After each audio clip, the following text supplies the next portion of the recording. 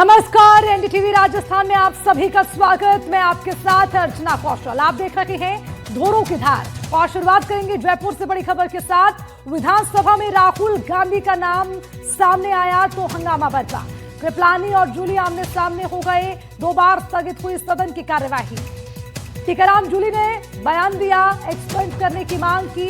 राहुल गांधी के विदेश में दिए गए बयानों को लेकर आरोप प्रत्यारोप का दौर शुरू हो गया। इसी बीच सत्ता पक्ष और विपक्ष में तीखी बहस छिड़ गई। सदन में हंगामा हुआ। सामाजिक न्याय मंत्री अविनाश गहलोत ने राहुल गांधी को डरपोक बताते हुए ये कहा कि बिना छपी किताब का हवाला देकर बयान देने का आरोप। इसके अलावा गहलोत बोले, फिर सुप्रीम कोर्ट से माफी मांगनी पड़ेगी। कांग्रेस को अपने नेता को समझाने की नसीहत देते नजर आए। इसके अलावा कृपलानी ने टीकाराम जूली की तारीफ करते हुए कहा कि टीकाराम जूली में राहुल गांधी जैसे ज्यादा अकल है। इस पर जूली ने कड़ा विरोध जताया और इस टिप्पणी को भी कार्यवाही से हटाने की मांग की।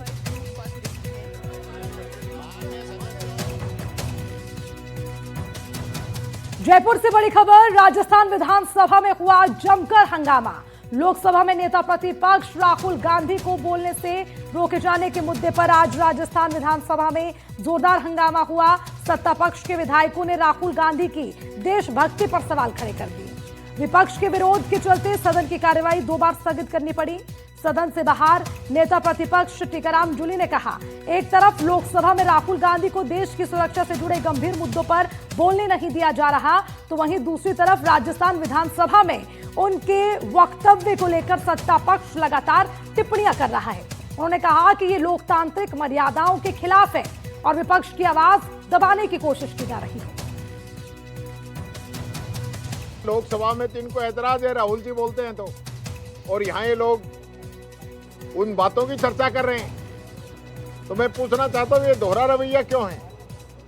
जब राहुल गांधी जी ने ये पूछा कि उनकी जो किताब है द कार्निवल के अंदर उन्होंने लिखा है, और वो किताब कहीं बैन नहीं है, उसमें उन्होंने लिखा कि जब चीन के 4 टैंक हमारी सीमा के अंदर, कैलाश जो रेंज है उसके अंदर जब आ गए और सेना ने इनसे पूछा, तो न तो रक्षा मंत्री का कोई जवाब आया और न प्रधानमंत्री का कोई जवाब आया।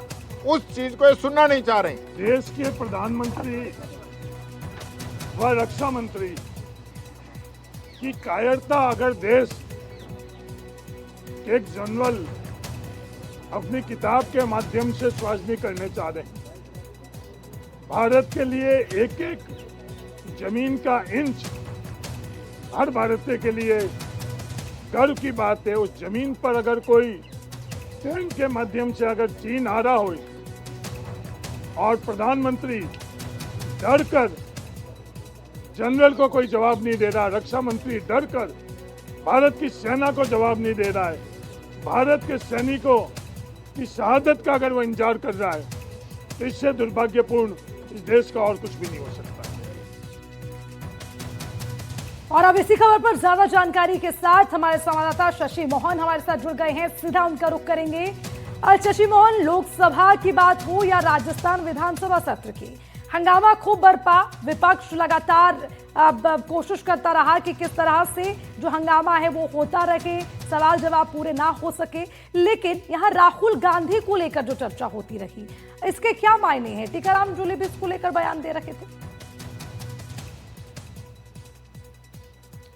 दरअसल टीकाराम जूली सदन के बाहर अपनी बात रख रहे थे। सदन के भीतर उन्होंने इस विषय को नहीं उठाया, लेकिन सदन के भीतर श्रीचंद कृपलानी जो पूर्व मंत्री भी हैं, बीजेपी के विधायक भी हैं, निमाइड़ा से आते हैं, उन्होंने अपनी बात रखी और कहा कि राहुल गांधी में लखन यानी तमीज नहीं है। उन्होंने ये कहा कि उनके व्यवहार ऐसा नहीं है। जब स्पीकर लोकसभा ने रूलिंग दे दी कि इस विषय को नहीं उठा सकते, जो किसी किताब में जिक्र नहीं है, जो किसी ने कहा नहीं है, जो मनोज मुकुंद नरवणे पूर्व सेनाध्यक्ष उनकी किताब के जिक्र की बात आ रही थी, तो उस विषय को नहीं उठाना चाहिए था। लेकिन इसी के साथ उन्होंने ये भी कह दिया कि टीकाराम जूली राहुल गांधी से ज़्यादा इंटेलिजेंट हैं। हरीश चौधरी, गोविंद डोटासरा, टीकाराम जूली, रफीक खान का नाम लेते हुए कहा कि यहाँ के लोग ज़्यादा देशभक्ति की बात करते हैं, देश के हित की पैरवी करते हैं, लेकिन राहुल गांधी विदेश जाकर देश के खिलाफ बात करते हैं। इस पर टीकाराम जूली ने ऐतराज जताया।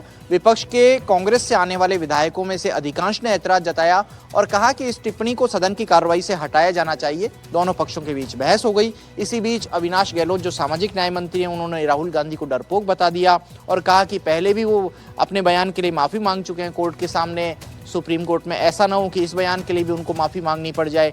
इस पर और ज्यादा उत्तेजना हो गई सदन में और विधानसभा की बैठक 15 मिनट के लिए स्थगित कर दी गई।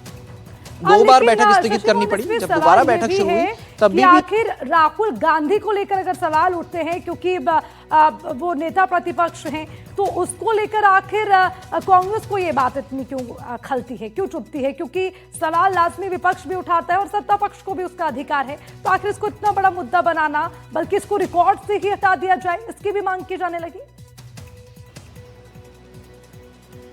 देखिए, इसके अलग अलग पहलू हैं। एक, राहुल गांधी कांग्रेस के नेता हैं, ऐसे में कांग्रेस नेताओं को ये नहीं पसंद कि उनके नेता के खिलाफ कोई टिप्पणी हो। दूसरा, तकनीकी बहुत महत्वपूर्ण पहलू है जो आपने अपने सवाल में 2 बात कही। राहुल गांधी के खिलाफ टिप्पणी हुई और वो नेता प्रतिपक्ष हैं। अगर श्रीचंद कृपलानी राहुल गांधी का नाम नहीं लेकर संसद के नेता प्रतिपक्ष का जिक्र करते तो वो चीज चल जाती, लेकिन जब राहुल गांधी का नाम लिया तो विपक्ष ने यह ऐतराज जताया, और ये राजस्थान विधानसभा की रूलिंग भी है कि जो व्यक्ति इस सदन का सदस्य नहीं है उसका नाम लेकर इस सदन में टिप्पणी या उसके खिलाफ कोई आरोप नहीं लगाया जा सकता। नियम तो यहां तक कहता है कि अगर किसी मंत्री पर भी आप आरोप लगा रहे हैं तो आपको पहले नोटिस देना होगा, जैसा आपने देखा कि संसद में हुआ। जब गृह मंत्री से पूछा जा रहा था सवाल, राहुल गांधी कहना चाह रहे थे तो वो बोले गृह मंत्री, रक्षा मंत्री राजनाथ सिंह का जब जिक्र उन्होंने किया तो कहा गया कि आप रक्षा मंत्री के लिए नोटिस देकर के आइए, ओम बिरला नहीं आएगा। इसी तरीके से आज सदन में राजस्थान विधानसभा में जब पीसीसी के चीफ और लक्ष्मणगढ़ के विधायक गोविंद डोटासरा बोल रहे थे तो उन्होंने कहा कि मदन दिलावर ने शिक्षा का बंटाधार कर दिया है। उन्होंने आरोप लगाते हुए कहा कि वो फाइलें घर मंगा रहे हैं, टेंडर की फाइलें मंगा रहे हैं। इस पर सत्ता पक्ष की तरफ से सचेतक जोगेश्वर गर्ग ने ऐतराज जताया और कहा कि इस तरीके से बिना नोटिस दिए किसी मंत्री या सदस्य पर आप आरोप नहीं लगा सकते, और अगर आपको आरोप लगाना है तो पहले नोटिस दें, उस विषय को बताएं और उसके बाद में स्पीकर या आसन जो व्यवस्था देगा उसके मुताबिक काम हो सकता है। लिहाजा कांग्रेस को ऐसा दर्द इसलिए भी उठा क्योंकि कांग्रेस के आलाकमान में शामिल है राहुल गांधी, और इसलिए कांग्रेस के नेता नहीं चाहते थे कि उनकी मौजूदगी में उनके नेता के खिलाफ कोई टिप्पणी सदन में दर्ज हो। जी ठीक है, बहुत बहुत शुक्रिया इस खबर पर शशि मोहन आपका तमाम जानकारी के लिए। वन मंत्री संजय शर्मा और नेता प्रतिपक्ष टीकाराम जूली के बीच में विधानसभा में सरिस्का में टाइग्रेस की मौत को लेकर चर्चा हुई। टीकाराम जूली ने पूछा कि क्या टाइग्रेस की मौत की जांच होगी। इस पर संजय शर्मा ने जवाब दिया। उन्होंने कहा कि बाघिन की मौत के मामले में साफ है कि 2 बाघिनों की फाइट में ये मौत हुई है। तो वहीं पर एनटीसीए के नियम के अनुसार पोस्टमार्टम कराकर अंतिम संस्कार भी किया गया। अब इस पर टीकाराम जूली ने पूछा कि क्या सरिस्का के जंगल में सीटीएच का निर्धारण किस आधार पर किया गया, तो वहीं संजय शर्मा ने इसका भी जवाब दिया। उन्होंने कहा कि सर्वोच्च न्यायालय के आदेश के अनुसार कमेटी का गठन किया गया था, जिसकी रिपोर्ट के अनुसार सीटीएच का निर्धारण किया गया है।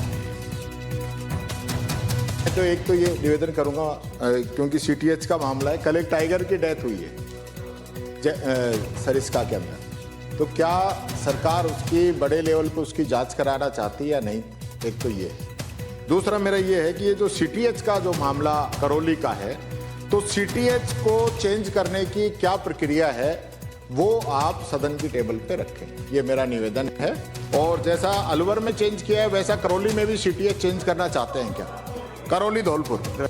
मृत्यु के बारे में जो प्रश्न किया है उसके बारे में बताना चाहूँगा। बाघिन 2 बाघिनों का एक कॉन्फ्लिक्ट हुआ था जिसमें ये बाघिन घायल हुई थी और उसके कारण उसकी मृत्यु हुई है। उसका पोस्टमार्टम भी कराया गया है और एनटीसी के नियम के तहत पोस्टमार्टम करा के उसका विधिवत सम्मानपूर्वक दाह संस्कार किया गया है। जहाँ तक आपने सरिस्का के सीटीएच की बात करी है, माननीय सर्वोच्च न्यायालय के आदेश अनुसार एक कमेटी का गठन किया गया था और उस कमेटी के रिपोर्ट के आधार पर वो रिपोर्ट सर्वोच्च न्यायालय में प्रस्तुत की गई और सीटीएच का निर्धारण किया गया। जहां तक आपने करौली धौलपुर के बारे में प्रश्न किया गया है, वहां सीटीएच का निर्धारण किया जा चुका है। आज सदन का माहौल बिल्कुल अलग रहा। आमतौर पर सदन विकास योजनाओं और सरकारी दावों की चर्चा का मैदान होता है, लेकिन इस बार चर्चा का केंद्र बन गया एक बेहद संवेदनशील और जटिल मामला, खांसी की दवा यानी कि कफ सिरप और उससे जुड़ी बच्चों की मौत। विपक्ष ने आरोप लगाया तो सरकार ने अपना रुख साफ किया। इसी पर देखिए रिपोर्ट।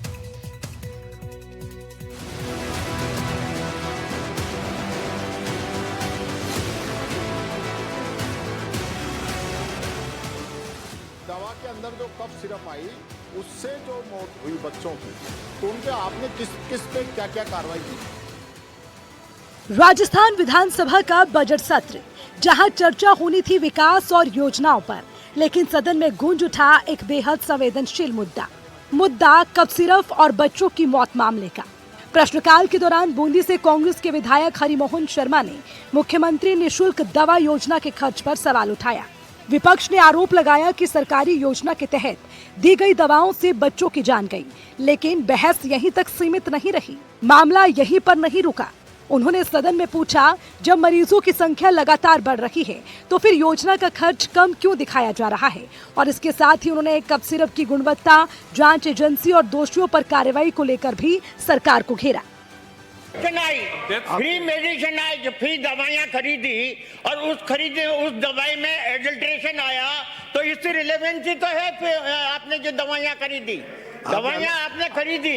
उसमें आपने क्या कार्रवाई की? यहाँ कितने बच्चे मर गए, दवाइयाँ नहीं मिल रही है, आरटीजीएस में नहीं मिल रही है दवाइयाँ, इधर गरीबों के लिए दवाइयाँ नहीं है, टेस्ट कराने के लिए बाहर जाना पड़ता है। तो वहीं सरकार ने सदन में साफ शब्दों में कहा, एक भी बच्चे की मौत कफ सिरप से नहीं हुई। विपक्ष का दावा है कि राज्य में ओपीडी का आंकड़ा 97 करोड़ से ज्यादा पहुंच चुका है, फिर भी दवा योजना के खर्च में गिरावट दिख रही है। सवाल ये भी उठा कि आरजीएचएस अस्पतालों में दवाइयों की कमी क्यों है। इन आरोपों पर जवाब देने खड़े हुए चिकित्सा मंत्री गजेंद्र सिंह मंत्री ने साफ किया कि साल 2024 में 1725 करोड़ रुपए और साल 2025 में 1656 करोड़ रुपए निःशुल्क दवा योजना पर खर्च हुए हैं। उनका कहना था कि ना तो मरीजों की संख्या घटी है और ना ही खर्च कम हुआ है। हमने ये दवाइयाँ कई साल से चल रही है, आपके सरकार के कार्यकाल से, आपके कई कार्यकाल से चल रही है दवाइयाँ, और आप लोगों ने कभी डिसकंटिन्यू नहीं की। वही दवाइयाँ आज भी चल रही हैं और कोई भी डेथ दवाई की वजह से नहीं हुई है। डेथ जो हुई है वो ओवरडोसेज की वजह से हुई है और कोमोर्बिडिटी की वजह से हुई है। आप चाहेंगे तो मैं आपको उसकी पूरी डिटेल रिपोर्ट मैं माननीय सदस्य को दे दूंगा। ये बहस सिर्फ वार पलटवार तक सीमित नहीं थी। सदन में असली गर्मी तब आई जब नेता प्रतिपक्ष टीकाराम जूली ने सीधा सवाल दागा, क्या निःशुल्क दवा योजना के तहत बांटे गए कफ सिरप से बच्चों की मौत हुई? अगर हाँ, तो किस बैच की दवा थी और क्या वही बैच दूसरे राज्य में भी सप्लाई हुआ? कफ सिरप का जो मामला है ये भी निःशुल्क दवा में आता है साहब, ये कोई अलग नहीं है। तो जो निःशुल्क दवा के अंदर जो कफ सिरप आई उससे जो मौत हुई बच्चों की, तो उन पे आपने किस पे क्या क्या कार्रवाई की? माननीय मंत्री जी, ये जो इंडस्ट्री है ये कई जगह ब्लैकलिस्ट हो चुकी है और जो गड़बड़ी है इसके प्रॉपर है। जो बैच जो आया है वो बैच जो मध्य प्रदेश भी गया है, यहाँ भी गया है, उसके अंदर ये सारी गड़बड़ी हुई है। तो ये कहना कि भी पहले से चलती आ रही है, कोई दवाई पुराने समय में हो सकता है सही स्थिति हो, आज उसकी स्थिति सही नहीं हो। विपक्ष सवाल उठाए और सरकार के पास उसका जवाब ना हो, ऐसा हो नहीं सकता। नेता प्रतिपक्ष के सवाल पर सरकार का रुख सख्त और साफ था। चिकित्सा मंत्री ने कहा कि किसी भी बच्चे की मौत कफ सिरप की गुणवत्ता की वजह से नहीं हुई। उनका दावा है कि कुछ मामलों में माता पिता ने बच्चों को बड़ों की खांसी की दवा ज्यादा मात्रा में दे दी, जिससे ओवरडोज के कारण ये दुखद घटना हुई। मंत्री ने ये भी कहा कि ये दवाइयाँ किसी सरकारी डॉक्टर ने बच्चों के लिए प्रिस्क्राइब नहीं की थी और ये दवाइयाँ पिछली सरकार के समय से इस्तेमाल में थी। यानी सरकार का रुख साफ है, दवा नहीं, गलत इस्तेमाल जिम्मेदार। एक भी बच्चे की मौत दुखद है। यहाँ सवाल सिर्फ राजनीति का नहीं बल्कि जिम्मेदारी का भी है।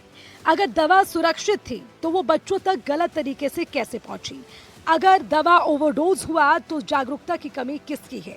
और अगर सिस्टम में कहीं भी चूक है तो जवाबदेही किसकी होगी? अब आपको ग्राफिक्स के जरिए समझाते हैं कि आखिर ये पूरा मामला क्या था जिसको लेकर सदन में सवाल उठे। खांसी का सिरप पीने से मौत हुई थी। सिरप पीने से 4 बच्चों की हुई थी मौत। चूरू, भरतपुर, सीकर में मौत हुई थी।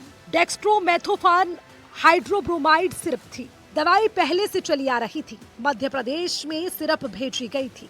मध्य प्रदेश में भी बच्चों की मौत हुई। सरकार क्या कर रही थी?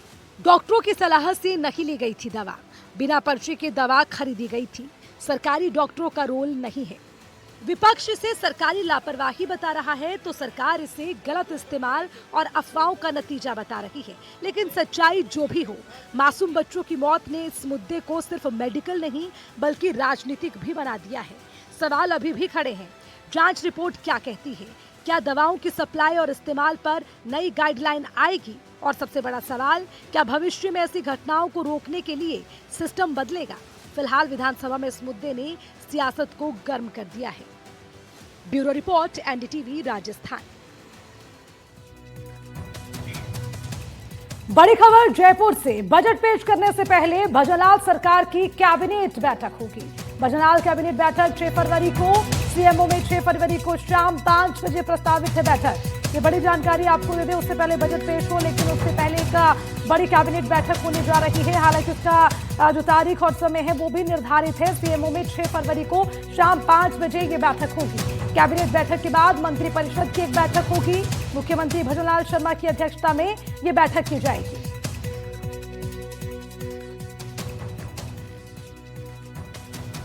जयपुर से खबर, सारिका सिंह ने राजस्थान महिला कांग्रेस में 10 जिला अध्यक्षों के नामों का ऐलान कर दिया। साथ ही प्रदेश महिला कांग्रेस में एक महासचिव की भी नियुक्ति की गई। रंजना शर्मा को महासचिव बनाया गया। देखिए, बड़ी जानकारी आपको दे दें, जिसमें एक सूची जिसमें तमाम नाम शामिल हैं। उसमें सबसे पहले रंजना शर्मा को महासचिव बनाया गया है। जिला अध्यक्षों में चंद्रावती कंवर को बूंदी, खुशहाल चौहान को नीमका थाना, किरण को बाड़मेर, कोमल लाडना को डीडवाना कुचामन और वहीं से मानसी मीणा को जयपुर ग्रामीण पूर्व, पुष्पा मेघवाल को जयपुर ग्रामीण पश्चिम और यशोदा पुरोहित को चित्तौड़गढ़। इसके अलावा और भी नाम इसमें शामिल है, जिसमें रेशमा मीणा को सलूम्बर की जिम्मेदारी, सीमा को नागौर और उसी के साथ सुशीला सालवी को भीलवाड़ा ग्रामीण और महिला कांग्रेस की जिम्मेदारी दी गई है। तो ये तमाम नाम इस लिस्ट में शामिल हैं और सभी को क्या क्या कहां से जिम्मेदारी सौंपी गई है वो भी इसमें मेंशन है। अब खबर अजमेर से। 10वीं कक्षा की छात्रा ने जहर पिया। ये बड़ी खबर अजमेर से सामने आ रही है। स्कूल प्रशासन पर गंभीर आरोप लगाए गए। स्कूल में मानसिक प्रताड़ना से छात्रा टूट गई थी, जिसके बाद माफीनामा लिखकर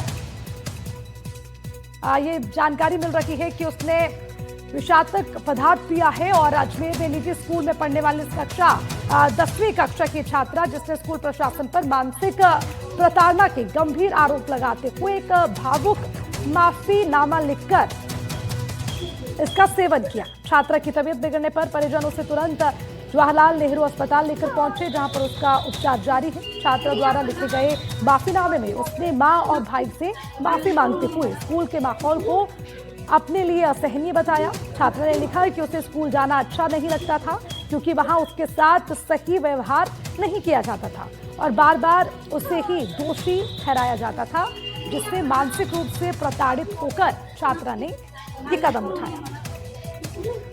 मेरी बेटी का नाम 10वीं क्लास में पढ़ती है, सिद्धि है। वो स्कूल नहीं जाती थी क्योंकि उसको किसी भी बच्चे से बात नहीं करने देते थे, और कोई बच्चा बात भी करता था तो उससे कहते थे सिद्धि से बात मत करो, ऐसे छोड़ते थे। स्कूल नहीं जाती थी। उसकी 60% अटेंडेंस थी, उसकी अटेंडेंस कम थी तो हमको बोलते ना मेडिकल लगाते। उन्होंने तो वो प्रवेश पत्र रोक दिया और साफ कह दिया तुम्हारे को परीक्षा नहीं देने देंगे। कौन सी कक्षा में है, कौन सा स्कूल है? Gurukul school, Srinagar road, 10th class में है। हमने रोज जा जाके हमने उनके पैर तक पकड़ लिए, उन्होंने नहीं सोल्यूशन निकाला। अजमेर में निजी स्कूल की कक्षा 10वीं की छात्रा द्वारा लिखे गए माफीनामे ने पूरे मामले को गंभीर बना दिया। माफीनामे में छात्रा ने मां और भाई से माफी मांगते हुए लिखा कि स्कूल में उसके साथ सही व्यवहार नहीं होता था।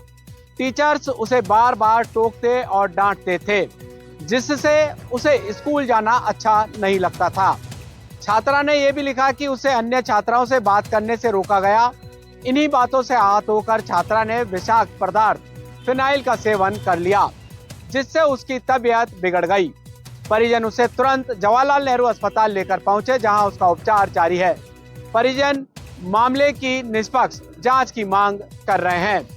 एनडीटीवी राजस्थान, अजमेर से पवन अटारिया। और अब इसी खबर पर ज्यादा जानकारी के साथ हमारे संवाददाता पवन अटारिया हमारे साथ जुड़ गए हैं। सीधा उनका रुख करेंगे। पवन, देखिए 10वीं कक्षा की छात्रा मानसिक प्रताड़ना के चलते इस तरह का बड़ा कदम उठाया, स्कूल पर उन्होंने सवाल उठाए हैं, आरोप लगाए। जरा विस्तार से बताइए कि कब से ये चल रहा था छात्रा के साथ, क्या इसको लेकर पहले कभी परिजनों से बात हुई, स्कूल में शिकायत की गई? जरा विस्तार से पूरा मामला समझाइए। जी बिल्कुल, देखिए अभी तक जो है वो एक पक्ष सामने आया है और यहाँ पर जो पीड़ित छात्रा है उनकी जो माँ है उन्होंने स्कूल प्रशासन पर गंभीर आरोप लगाए हैं। अगर माँ की बात माने जाए तो उन्होंने कहा कि बेटी को स्कूल में जाने से वो उसका मन नहीं करता था, इच्छा नहीं करती थी। कारण पूछने पर यह बताया गया कि बच्ची जब स्कूल में दूसरे अन्य स्टूडेंट से बात करती थी तो दूसरे स्कूल के दूसरी की क्लास के बच्चों को स्कूल प्रशासन कुछ नाम बताए हैं टीचर्स के, वो उसे कहते थे कि ये बच्ची अच्छी नहीं है, इससे बात मत करो। और इस बात से आहत उस पीड़ित छात्रा ने स्कूल जाना बंद कर दिया और आज भी इसी तरीके की घटना यहाँ पर देखने को आई। इस बात से वो काफी आहत थी क्योंकि आगामी कुछ ही दिनों बाद बोर्ड के एग्जाम शुरू होने हैं। परीक्षा पत्र लेने वे स्कूल गई, स्कूल प्रशासन ने जो प्रवेश पत्र है वो देने से साफ इनकार कर दिया और ये हवाला दिया कि बच्ची की अटेंडेंस शॉर्ट है।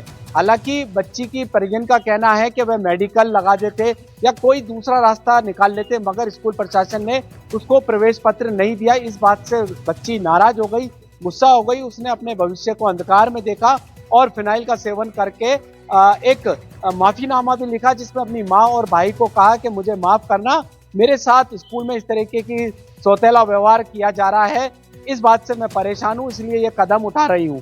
फिलहाल बच्ची की जो हालत है वो उसकी स्वास्थ्य में लगातार गिरावट आ रही है। अस्पताल प्रशासन ने अलवरगेट थाना पुलिस को भी सूचना दी है क्योंकि एमएलसी का केस है, आत्महत्या जैसा प्रकरण है। पुलिस ने भी प्रकरण के यहाँ पर जांच है शुरू कर दी है। परिजन जैसे शिकायत देंगे अलवरगेट थाना पुलिस उसी हिसाब से कार्रवाई करेगा। हालांकि स्कूल प्रशासन से हमने बात करना चाहिए तो उन्होंने कहा कि वह अपना पक्ष कल एक प्रेस कॉन्फ्रेंस रख के वह अपनी जो बात है वह रखेंगे और जो उन पर आरोप लगाए गए हैं वो निराधार है, हम भी अपनी बात रखेंगे। फिलहाल स्कूल प्रशासन ने भी अपनी बात रखने की यहाँ पर बात कही है और दूसरी तरफ बच्ची की जो हालत है वो चिंताजनक अस्पताल में है। जी ठीक है पवन, बहुत बहुत शुक्रिया इस खबर पर तमाम जानकारी के लिए। जोधपुर से बड़ी खबर सामने आई है। रेलवे स्टेशन पर भीड़भाड़ का फायदा उठाकर यात्रियों से सोने के जेवरात चोरी करने वाली महिला को जीआरपी थाना पुलिस ने गिरफ्तार कर दिया है। पुलिस ने इस महिला के खिलाफ 2 मामलों में करीब 8 से 10 तोला सोना बरामद किया। तो वहीं पिछले साल नवंबर में 2 अलग अलग यात्राओं के दौरान महिलाओं के जेवरात चोरी होने की रिपोर्ट भी दर्ज हुई थी। एक मामले में 68 ग्राम सोना और दूसरे में 40 ग्राम सोना चोरी हुआ था। इन घटनाओं की गंभीरता को देखते हुए जीआरपी ने विशेष टीम बनाई और लगातार ट्रेनों में गश्त के साथ निगरानी रखते रहे। जांच के बाद आरोपी महिला की पहचान की गई जिसका नाम करिश्मा सिंह बताया जा रहा है। करिश्मा सिंह एक महिला अपराधी है जो रेलवे स्टेशन पर भीड़भाड़ वाले इलाकों में पैसेंजरों का उतरते और चढ़ते टाइम लेडीज पर्स में से चैन खोल के सोने के जेवरात वगैरह चोरी करती है, जिसका जीआरपी थाना जोधपुर में 2 मुकदमे हो रखे हैं। उसको महिला जेल में दाखिल करवाया गया। रेलवे स्टेशन पर भीड़भाड़ का फायदा उठाकर लोगों से सोने के आभूषण चोरी करने वाली महिला को जोधपुर की जीआरपी पुलिस ने गिरफ्तार किया है। जहां जोधपुर जीआरपी थाने में 2 अलग अलग मामले जो हैं इस महिला के खिलाफ जो है वो दर्ज हैं। मूल रूप से जो है वो मेरठ की 36 वर्षीय करिश्मा सिंह को जो है वो जीआरपी थाना पुलिस ने गिरफ्तार किया है। जहां पूर्व में 25 नवंबर को जोधपुर से जयपुर जा रही एक खड़ी ट्रेन में महिला से जो है वो करीब 68 ग्राम सोने के आभूषणों की चोरी की। वहीं 29 नवंबर को जो है वो जोधपुर से नोखा जा रही एक ट्रेन में एक महिला से जो है वो कुछ 40 ग्राम के करीब के सोने के आभूषणों को चोरी किया गया। जिस मामले को गंभीरता को देखते हुए जोधपुर जीआरपी पुलिस ने स्पेशल टीम का गठन किया, जहां ऐसे लोगों को जो है वो डिटेन किया जहां जिसको जो है वो ऐसी घटनाओं में संलिप्तता पाई जाती है। जहां मामला अज्ञात होने के कारण पुलिस को कई चुनौतियों का भी सामना करना पड़ा। जहां आखिरकार पुलिस को जो है मुख्य सूत्र के आधार पर और इंटेलिजेंस के आधार पर जो है करिश्मा सिंह को जो है इस संबंध में गिरफ्तार किया, जहां उसने इस दोनों घटनाओं को जो है वो अंजाम देना कबूल किया। जहां पुलिस ने जो है वो उसके जो है वो आभूषणों को भी जो है वो बरामद की है और इस महिला को जो है और न्यायालय में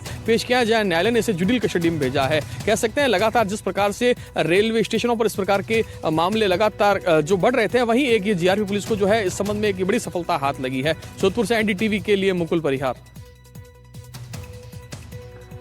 खबर अलवर जिले से है। जिले में पटवारियों का आंदोलन लगातार दूसरे दिन भी जारी है।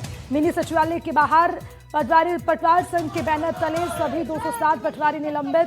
पटवारी करण सिंह चौधरी के समर्थन में धरने पर बैठ गए हैं। पटवारियों ने कार्य बहिष्कार करते हुए सामूहिक हड़ताल शुरू कर दी, जिससे रास्तों से जुड़े हुए कामकाज ठप हो गए। अब इस मामले में पटवारियों का एक प्रतिनिधि मंडल जिला कलेक्टर से मिला और लंबी वार्ता भी की गई। कलेक्टर ने आश्वासन दिया है कि मामले की जांच कर अग्रिम कार्रवाई की जाएगी। तो वहीं पर पटवार संघ का कहना है कि करण सिंह को पीडब्ल्यूडी की जमीन के नामांतरण में लापरवाही के आरोप में निलंबित किया गया था, जबकि उन्होंने हाईकोर्ट से स्टे ऑर्डर भी पेश किया। पटवारियों की मांग है कि उन्हें तुरंत बहाल किया जाए और न्याय दिलाया जाए। आज अखिल राजस्थान राज्य संयुक्त कर्मचारी महासंघ के बैनर तले हमारे पटवार संघ के घटक संगठन अखिल कर्मचारी महासंघ का, उसके जो हमारे साथी कर्मचारी हैं, उनकी जो माननीय कोर्ट की आदेशों की पालना नहीं हो रही है, उसके संदर्भ में हमारे पटवार संघ साथी जो बैठे हुए हैं मिनी सचिवालय गेट पर, उनकी सुनी नहीं जा रही है। उसके संदर्भ में आज हमारे जिला कार्यकारिणी सदस्य आज आदरणीय अतिरिक्त जिला कलेक्टर महोदय एवं कलेक्टर मैडम से मिले और हमने हमारी बात को रखा। उन्होंने आश्वासन दिया कि हम इस पर कार्रवाई करेंगे और शायद आज हमें उम्मीद है कि आज हमारे साथी बहाल हो जाएं। अगर बहाल नहीं होता है तो हम पुरजोर तरीके से इसका विरोध करेंगे और आंदोलन को और उग्र करेंगे। महासंघ को भी विवश होकर पटवार संघ का साथ देना पड़ेगा। हमारी मांगे यही थी, जिस प्रकार से इन्होंने तानापूर्ण रवैये से हमारे साथी को जो निलंबन किया है इन्होंने, तो उस निलंबन में स्पष्ट कहीं भी नहीं लिखा, ना तो हमारे साथी को रिलीव किया गया है और ना ही जब वो कोर्ट से आदेश लिया है, स्थगन के आदेश लिया है, उस आदेश की भी ये पालना नहीं करे। तो हमारी मांग यही है कि आप कोर्ट के आदेश की पालना करें और उनको या तो रिलीव करके जहाँ उनका मुख्यालय किया गया वहाँ पर उनको ज्वाइन कराया जाए। और धोरों की धार में फिलहाल के इतना ही। खबरों का सिलसिला लगातार जारी है। आप देखते रहिए एनडीटीवी राजस्थान।